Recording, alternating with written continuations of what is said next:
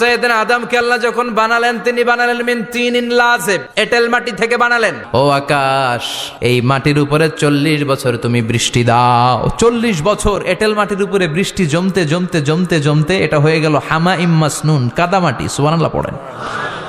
কাদামাটি থেকে গেল 40 বছর। কাদামাটি থেকে আল্লাহ সাইয়েদনা আদম আলাইহিস সালামের ডাইস বানালেন। তারপরে আল্লাহ সূর্যরে বললেন, ইয়া শামসু হাররিকি আলাইহি 40 ইয়াউমা, ও সূর্য এবার আদমের কায়ার উপরে, মূর্তির উপরে তুমি 40 বছর সূর্যের আলো দাও। আল্লাহর কোরআন যদি ঠিক মতো পড়া যায়, মানুষের মতো মানুষ বানিয়ে আপনারা জান্নাতি বানাবে কে?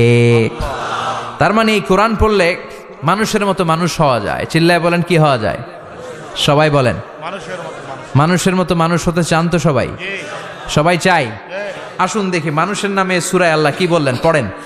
আউযু বিল্লাহি মিনাশ শাইতানির রাজিম, বিসমিল্লাহির রহমানির রহিম।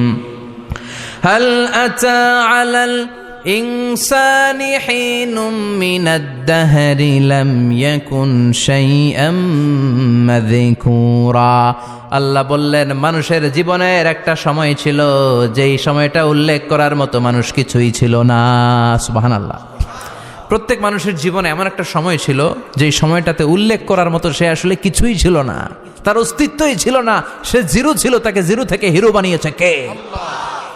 হাল আতা আলাল ইনসান, এই হাল হচ্ছে ইস্তেফাম তাকরিরি, বিমানা কাদ আতা আলাল ইনসান, অবশ্যই অবশ্যই মানুষের জীবনে এমন একটা সময় এসেছে, লাম ইয়াকুন শাইআম মাযকুরা, উল্লেখ করার মতো সে কিছুই ছিল না। কার কথা?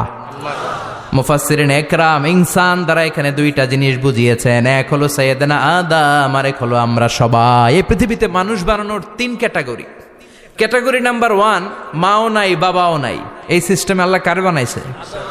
কথা বলেন। আবার শুধুমাত্র মা আছে বাবা নাই, এই সিস্টেমে কাকে বানালেন? আবার বাবাও আছে মাও আছে, এই সিস্টেমে কারে বানালেন? আমাদেরকে বানালেন। আবার সাইয়েদনা আদমকে আল্লাহ যখন বানালেন তিনি বানালেন মিন তিনিন লাযিব, এঁটেল মাটি থেকে বানালেন। এঁটেল মাটি দিয়ে কাঠামো বানানো যায় না, স্ট্রাকচার করা যায় না। এঁটেল মাটি জমিন থেকে নিয়ে আল্লাহ রেখে দিলেন 40 বছর। চিল্লায় বলেন কয় বছর? আর আকাশকে বললেন, ইয়া সামা ওয়ামতিরি